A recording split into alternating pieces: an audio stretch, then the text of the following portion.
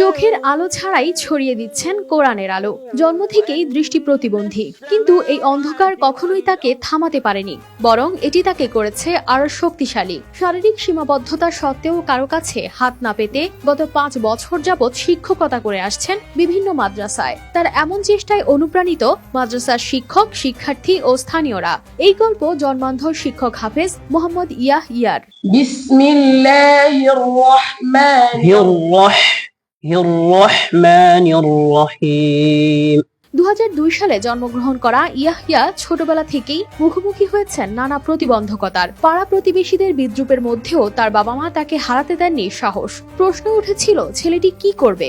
সেই প্রশ্নের উত্তর তিনি নিজেই দিয়েছেন হাফেজ হয়ে। মাত্র 12 বছর বয়সে কোরআন হিফজ সম্পন্ন করেছেন তিনি। এরপর কর্মজীবন শুরু করেন হিফজ বিভাগের শিক্ষক হিসেবে। পৃথিবীর শুরু থেকেই কোনো কিছু উপভোগ করতে পারছি না।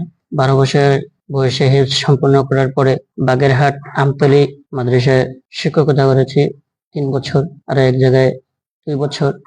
তো মোট 5 বছর শিক্ষকতার চলতেছে। বর্তমানে তিনি নোয়াখালীর সুবর্ণচরের তামিরুল উম্মাহ হিফজুল কুরআন মাদ্রাসার শিক্ষক।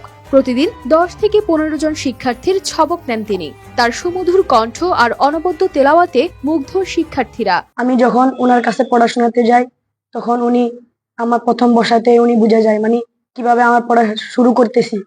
উনি আমার পড়ার ভঙ্গিমা দেখে বুঝে যে তুমি পড়া ইয়াদ করে আসছো কিনা।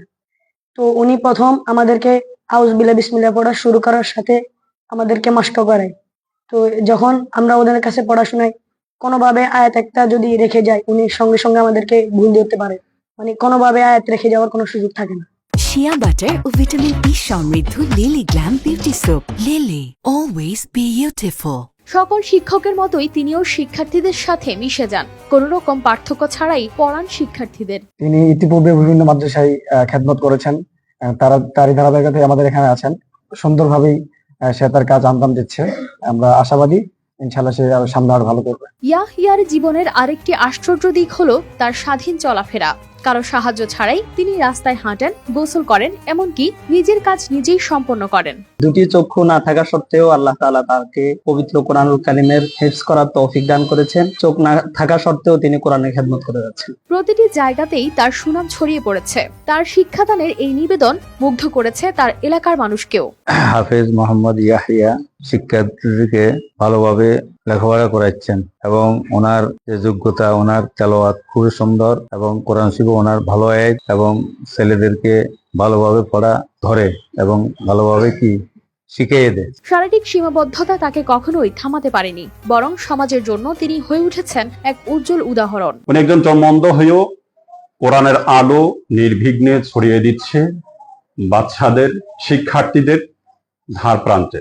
ব্যতিক্রমী প্রতিভার অধিকারী এই শিক্ষক কারো বোঝা না হয়ে জীবনের শেষ পর্যন্ত কোরআনের সাথে থাকতে চান। কোরআনের সাথে যেহেতু আল্লাহ পাক আনছে, দেশবাসীর কাছে দোয়া চাই যাতে আল্লাহ পাক মৃত্যু পর্যন্ত এই কাজে থাকার তৌফিক দেন। দৃষ্টি প্রতিবন্ধকতা যে স্বপ্ন পূরণের জন্য বাধা নয়, তারই যেন উজ্জ্বল দৃষ্টান্ত ইয়াহিয়া।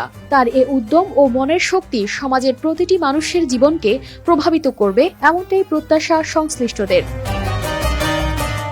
News desk, RTV।